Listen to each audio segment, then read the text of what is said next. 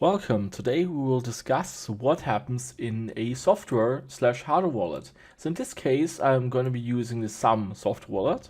And how do they exactly work? And it's rather simple. So the only thing this software wallet exactly stores from you is the family seed or there's also the numbers matrix or either the seed phrase. So these three ways are in existence to be used as key more or less for signing. And I'm just going to show you that here. You can see here that usually we have a key pair. We can see here that's account secret, or also called the family seed, and we've got an address. So this is the key pair. And whenever this account, so the account RB or whatever, wants to do a transaction, it has to sign the transaction with its own secret. And that's exactly what a software wallet stores for you, or also a hardware wallet. So it's stored it for you, and right now I've got, for example, here 14 XRP on my device, and if I do a send request and I want to send, for example, 1 XRP to my other account, then right now a transaction is being prepared, and now I have to sign it. So right now, as soon as I enter the password, it takes the transaction, and as soon as the 6 pin code is digit is entered, then the signing happens on the device and it's being pushed to the XRP ledger. Now the XRP ledger is validating, is the person who's signing that allowed to sign it? And now the transaction has gone through. And these payment transactions look something like this. So we can see here the one example. So this would be with a, let's go a little bit, sending payment.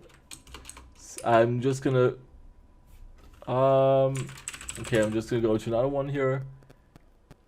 Okay, no, never mind.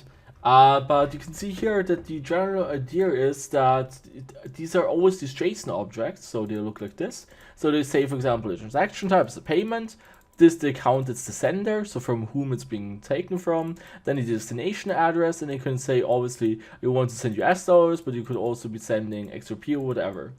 And that's how it works, and then this transaction is being prepared, being pushed to the software wallet. So the software wallet prepares that, and as soon as you want to do it, then it asks you, or if it doesn't ask you, it still takes your seed phrase or secret key or numbers matrix and signs the transaction. And as soon as it's signed, then it's being pushed and sent to a public server, to a public XRPL server. And yeah, that's the entire idea how all of that works. And now we'll quickly highlight, so what happens if you're using, for example, the XRPToolkit. So if, for example, if we're using the XRPToolkit here, or so if we want to connect here, so what exactly happens with the connect? So I'm just going to click on the Sum app here, and now I have to quickly translate that. Alright, so if I scan it, you can see here now that it will look something like this. So I'm just have to enter the password. And then I can sign here. That's not a real transaction, it's a pseudo transaction from Sum. And if you sign that one here, you're doing nothing less, you're not exposing your account in any way. The only thing you're doing right now is you are telling them that you sign it, so it knows that you are you more or less. And it also now knows the account address. But except for that, if you don't log out, nothing happens. So this account on its own cannot do anything. So whenever something would happen, so for example, if somebody has access here and wants to whatever, take all your XRP and wants to send you whatever to account 1, it's also a typo, no it's not, so we'll have to quickly look it up though. Just this XRP address, so somebody wants to take and burn your XRP. And if that's the case, the person, it's the consider, yeah, icon 1. So if the person wants to do that, a transaction is being pushed to your to Sum again. So you have the signing happens on your phone, even though you're connected to this website where nothing is exposed.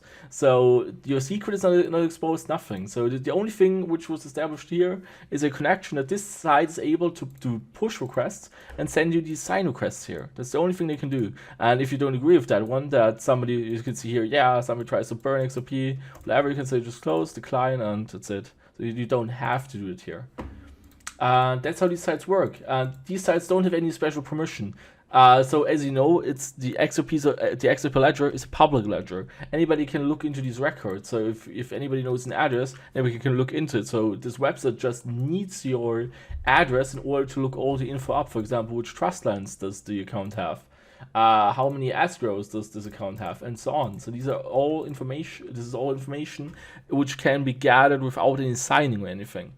Like I said, if the state of the account would change, then there would be a signature needed. So then you would have to sign it. For example, if somebody is on your account and wants to remove a trust line, so the person goes to account, assets, and tries to, for example, remove whatever casino coin.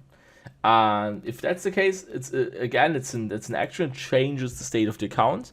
Then again, there's a sign request, and if it's not you can also decline it. That's generally speaking how that works here. So that's how on your one hand the signing and software wallets work. So like I said, transaction is being prepared, it's being signed on the software wallet, in this case SUM, or also it's the same principle, for example Exodus or Atomic Wallet or any wallet. They all prepare a transaction. It's this JSON object there. So there are multiple transaction types, as we might know, and it always can look a little bit differently for different blockchains. But in this case it looks like that. It's a payment transaction.